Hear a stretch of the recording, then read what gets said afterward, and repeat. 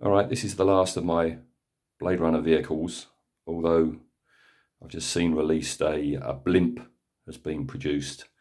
But no, I don't think so. It's 3 foot long, and where the heck would I put it? Unless I had it on the roof, I suppose. So yeah, police car number 27, the last of the Fujimi Blade Runner kits. It's going to be very interesting doing this because you barely see it in the film. It's just in the background in some of the street scenes. So it's going to be interesting to see just what's going on inside and paint-wise. It looks very similar to Deckard's sedan, doesn't it? Very, very similar. So it's going to be interesting to see just how similar. But on this one, I'm not going to mess up the canopy like I did with Deckard's. Well, this build is turning out to be like Groundhog Day. It's almost identical to Deckard's sedan. This page is the same. We have the colour guide and the decal application spots and everything here, exactly the same. We've got the tubing and the wiring in the back. I didn't think that would be the same, but it is. And yeah, this step the same, this step the same, this step the same. This is where I've got to today. And it's all the same. It's basically got me here. I'm going to do what I did with Deckard's car, and I'm going to leave the wheels chromed. Okay, so they're done. And there it's copper rods for the axles. I've got to spray the underside, just like I did with Deckard's one. I'm going to spray that in a gunmetal. And yeah, this piece, which is for the rear, is exactly the same. Everything is the same in here, including these chrome pieces, which I never did chrome. Everything's exactly the same there. The only difference is the dashboard is slightly different. Where his steering wheel goes in is slightly different. So these, that can all slot together now and be primed. And what's going to be a time saver on this one, sorry, it's more like that, isn't it? What's the time saver on this one is the instructions say the whole interior is a mid-grey. So I'm just going to spray this in grey primer, and that'll be my base coat, which I'll then give a dark wash over. But that should be sufficient. So yeah, I mean, looking at it all, I mean, there towards the end, all the bumpers are the same. The little A7 piece is the same. So yeah, this might actually, until I reach the painting stage, be a bit of a slog because I've been here before. Okay, bit of a leap. So this area was sprayed in grey primer, and then I masked off that end and sprayed that in white primer. White primer is going to be the base coat for inside and also the actual body of the car. It might create a problem when I go to apply the decals because they're not going onto a gloss surface, but this make of models is a good one. I trust the decals. If there is a problem, I'm going to be sealing them in with varnish anyway. So exactly the same with Deckard's car. All these bits mostly were chrome, and I don't want chrome, so I sprayed them grey. I've done them in metallics and washed them, and I've glued them in place. I washed them with Nuln oil, which is what I've also done for the grey primer, which has stained it nicely. I'm happy with that. Made sure I put some down in here where the controls are. Just like before, I'll be picking those out in silver and white and using transparent paints. But the next thing with this is to put on the two decals, just like I did before.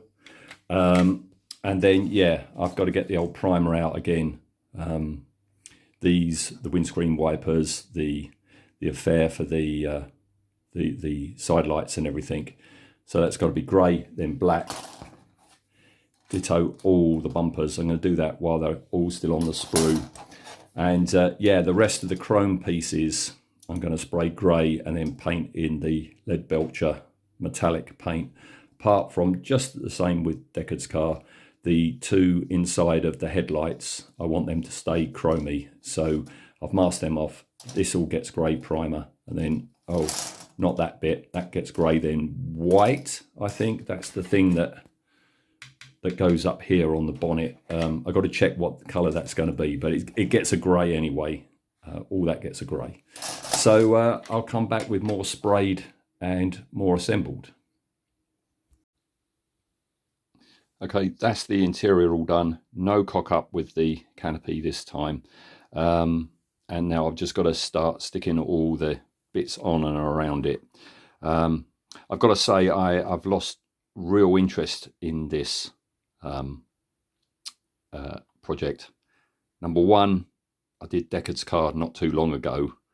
And number two, I've got all sorts of other projects on the go at the moment. So yeah, my heart's not in it. I mean, I think what I should have done is left it about, say, a year or something before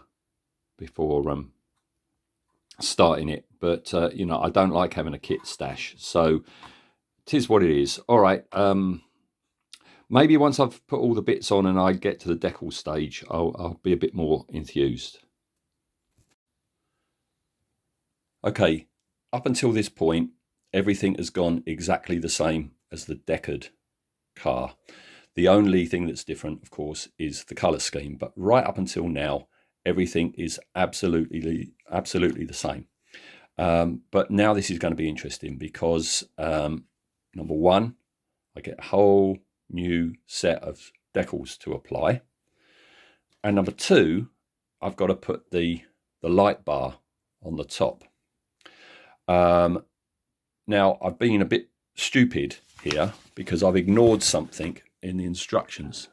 Never ignore something in the instructions. Here, when it's talking about the underside of the body, there's an exclamation mark and some Japanese text talking about holes there. And I ignored it, right? And I shouldn't have, because what it's saying to do, because obviously this is the same body shell as Deckard's, and I'm guessing Deckard's one had this as well. But yeah, there's recessed little dimples on the inside, and you're meant to drill them out, because you drill them out for this. All right? What you've got here are little locating lugs, which are supposed to go into the holes which you've drilled out, which I haven't done. But it should be all right. I'm just going to snip these off and just glue it straight onto the bodywork. All right. I've neglected, as you can see, to paint that. So I've got to go outside, spray that in grey primer, and then paint it the metallics of all the rest. All right. Then it's the fun part of putting the coloured lights in. So yeah, not far to go. I've just got to spray that, paint that, glue it on, glue them on, decals on. As I said earlier, I don't know how it's going to go applying glossy decals, how they're going to look on a matte white surface. But if it doesn't look too good, I'm going to dirty this car down. You'll find out in a second when I come back with it finished. Well, that was much more fun. I'm in new territory now and new decals, and it's been great fun to put them all on. Let's just have a look at them. They went on fine. I mean, you know, this company's decals are brilliant. They went on fine onto a matte surface. By the way, sorry about the croaky voice. I've got a bit of a cold at the moment. Yeah, they went on fine. I did have to put a bit of water down to just move them around a bit. I'm a bit puzzled by this decal here, tyre pressure 5.0. Why have that by the windscreen wiper? I don't know. What's interesting is vehicle is monitored, it says at the top. I presume these are all legit. These are screen accurate markings. Vehicle is monitored. Yeah, there's that scene where Deckard's in his sedan and the spinner comes down and Deckard gives his serial number and says, "I'm filed and monitored." So presumably he's referring to the car, his his car is monitored. So there we go. As you can see, lights on the top. That went on no problem. Next step is, you can see they are distinctly shiny, and I knew this would happen. All decals are always, at the very least, semi-gloss, and these are. So I've got to put some matte varnish on these. Oh, by the way, this went on fine. There is detail under there, but it went on okay, but I put some micro set on there as well, just to soften it and get it to lay down a bit more. So next step is to give all these a coat of matte varnish. Now, I'm not going to mask up the whole car for this. I'm just going to paint them individually. And sometimes you can get brush marks visible, but if I pull back, this is all too pristine and too toy-like. So once I've put matte varnish on, sealed them in, I'm going to give this a dirty wash, I think. This is going to be a grubby police car, I think. Okay, that worked very well.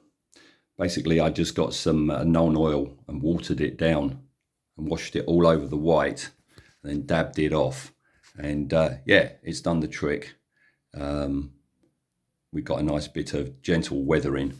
And then what I've done as well, I like this stuff. This is that, oh, I've forgotten the name of it, but it's like mud in a pot. And yeah, I've just plastered that along the bottom, just like I did with the others, because, you know, I know it rains a lot in Blade Runner's Los Angeles, but it doesn't rain that much that all the muck is washed away. So that's it finished. As I've said, you know, kind of like lost interest halfway through. I've done it too soon after Deckard's one.